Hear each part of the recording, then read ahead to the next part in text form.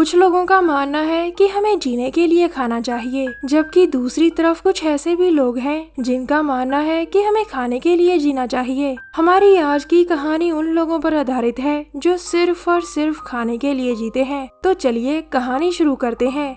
एक अनजान जगह पर एमी नाम की लड़की के चेहरे से अभी अभी मास्क उतारा जाता है और ये काम करने वाले का नाम गार्डन था। एमी के बाद गार्डन हॉल और लीजा के चेहरे से भी मास्क उतारता है। इन सभी को गार्डन और मार्था नाम के दो भाइयों ने अगवा किया था ताकि वो इनके साथ अपना पुराना हिसाब किताब कर सके। अब गार्डन जिम और चार्ल्स के चेहरे से भी मास्क उतारता है। इसी जगह पर सारा और पीटर नाम के दो और भी बंदी थे। सभी के चेहरों से मास्क उतारने के बाद गार्डन उनसे कहता है, अब शुरू होगा असली खेल। इतना कहकर वो अपने बड़े भाई मार्था के साथ एक कमरे में आता है। दूसरी तरफ किसी को समझ नहीं आ रहा था कि उन्हें यहाँ क्यों लाया गया है और ना ही उन्हें ये पता था कि उनके साथ क्या होने वाला है। अब सभी की चेयर्स गोल गोल घूमने लगती हैं और फिर अचानक कमरे की लाइट चली जाती है। कुछ ही पलों बाद जब लाइट आती है तो सभी देखते हैं कि जिम अपनी जगह से गायब था। दरअसल लाइट बंद होते ही जिम को एक अलग कमरे में लाया गया था और इस कमरे में उसके सामने एक जोकर का मास्क लगा हुआ था। इस जोकर के मुंह में एक स्पीकर था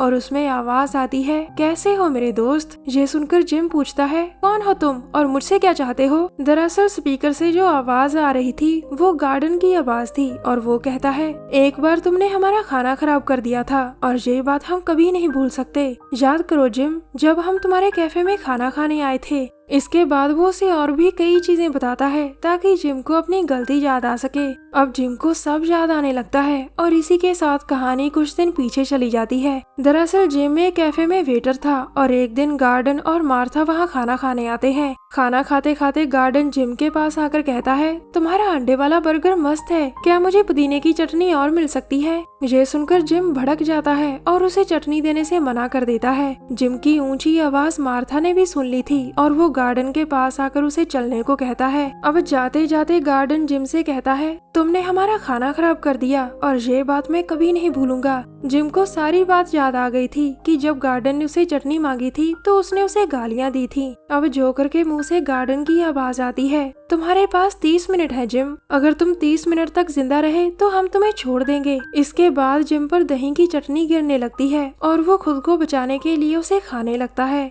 जिम को पता था कि अगर उसने चटनी नहीं खाई तो उसकी सांसें चटनी में घुट जाएंगी और फिर वो मर जाएगा। थोड़ी ही देर बाद 30 मिनट हो जाते हैं और जिम सारी चटनी खाकर बच जाता है। वो अभी अपनी जीत की खुशियां मना ही रहा था कि तभी उसका पेट फट जाता है। दरअसल खुद को बचाने के लिए जिम ने इतनी ज्यादा चटनी खा ली थी जिसे उसका पेट संभाल नहीं पाता और फट जाता है। जिम की मौत के कुछ देर बाद बंदियों की चेयर्स फिर से घूमने लग जाती है और फिर से लाइट चली जाती है। जब लाइट वापस आती है तो चार्ल्स अपनी जगह से गायब था। अब चार्ल्स उसी कमरे में था जिस कमरे में जिम की मौत हुई थी और इस बार चार्ल्स के सामने एक गन थी। अब जोकर से आवाज आती है और वो उसे याद कराने लग जाता है कि उसकी क्या गलती थी। अब कहानी फिर से कुछ दिन पीछे चली जाती है और एक होटल से शुरू होती है। एक दिन मार्था का बर्थडे था और वो अपना बर्थडे अपने परिवार के साथ होटल में मना रहा था। उसके साथ उसका छोटा भाई गार्डन और उसकी मॉम थी। ये तीनों होटल में ऊंची ऊंची बातें कर रहे थे और बीच बीच में चिल्ला भी रहे थे। इसी दौरान मार्था की नजर केविन पर पड़ती है और वो जल्दी जल्दी उसके पास जाकर कहता है, मैं आपका बहुत बड़ा फैन हूँ सर और मैं आपकी सारी फाइट्स देखता हूँ। आज मेरा बर्थडे है और मैं चाहता हूँ कि आप मेरे साथ पार्टी करें। लेकिन केविन उसकी बात नहीं मानता और उसे चले जाने को कहता है। इसी होटल के कोने में चार्ल्स, एमी और सारा बैठे थे। चार्ल्स एक अमीर बिजनेसमैन था।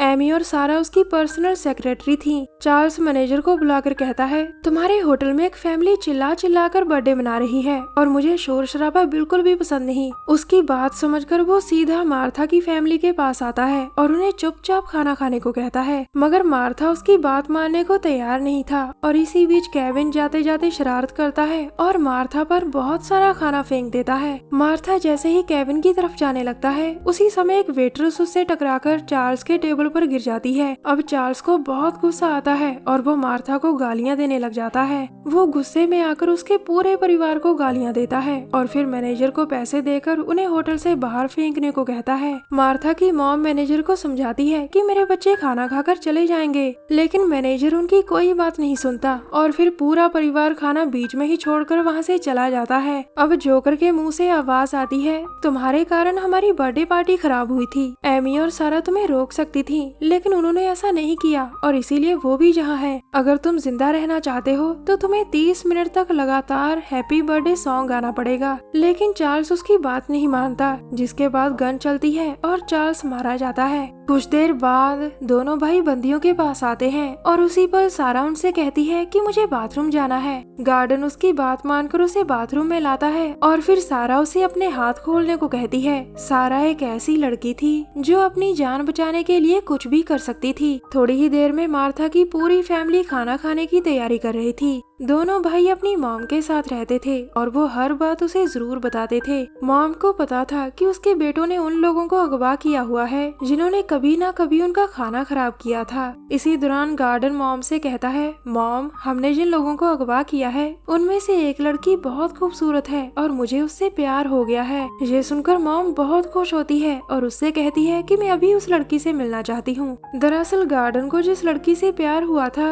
उसका नाम सारा था। गार्डन ने उसे अभी तक बाथरूम में बंद रखा था ताकि वो पहले अपनी मॉम का फैसला जान सके। अब गार्डन सारा को मॉम के पास लेकर आता है और वो उसका स्वागत करती है। देर रात को मॉम अपने कमरे में सोने की तैयारी कर रही थी और तभी सारा उसके पास आकर कहती है, मुझे पता था कि तुम उन दोनों को धोखा दे रही हो। इस पर मॉम पूछती है कि तुम्हें कैसे पता चला, और फिर सारा बताती है, तुम्हारे चेहरे पर तो रिंकल्स थे लेकिन तुम्हारे पैरों पर नहीं थे। दरअसल मॉम गार्डन और मार्था की बहन थी। वो जानबूझकर मॉम बनी हुई थी ताकि उसके भाइयों को माँ का प्यार मिल सके और वो तीनों एक साथ रह सके। दोनों भाई दिमागी रूप से कमजोर थे, इसीलिए वो अपनी बहन को ही अपनी माँ समझ बैठते हैं। अगले दिन सुबह बंदियों की चेयर्स फिर से घूमने लग जाती हैं और एक बार फिर से लाइट चली जाती है। इस बार हॉल की बारी थी और उसे भी एक कमरे में बंद कर दिया जाता है। इस बार हॉल के सामने एक रोशनदान था और तभी जोकर उसे उसकी गलती याद करवाने लगता है। दरअसल हॉल भी एक होटल में वेटर था और वो मजाक मजाक में दोनों भाइयों को सड़ा हुआ ऑर्डर दे देता है।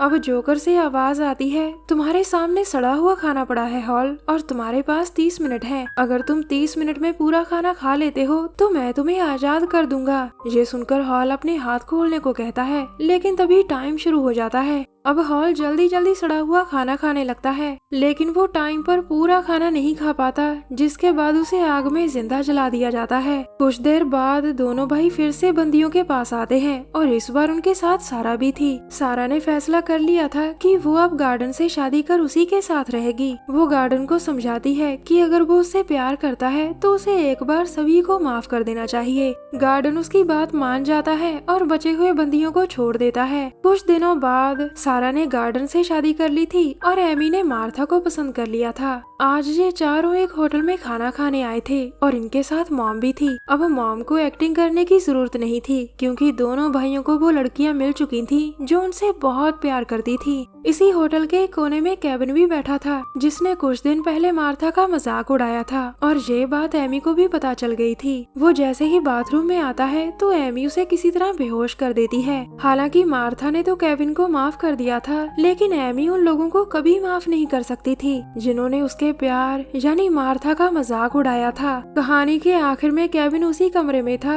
जहाँ कभी गार्डन और मार्था लोगों को मारा करते थे। अब यकीनन केविन को कोई ऐसा टास्क दिया जाएगा जिसे वो पूरा नहीं कर सकेगा और आखिर में मारा जाएगा। हमारी वीडियो देखने के लिए धन्यवाद। प्लीज हमारे चैनल को जरूर सब्सक्राइब करें। मिलते हैं अगली वीडियो में, तब तक के लिए नमस्कार।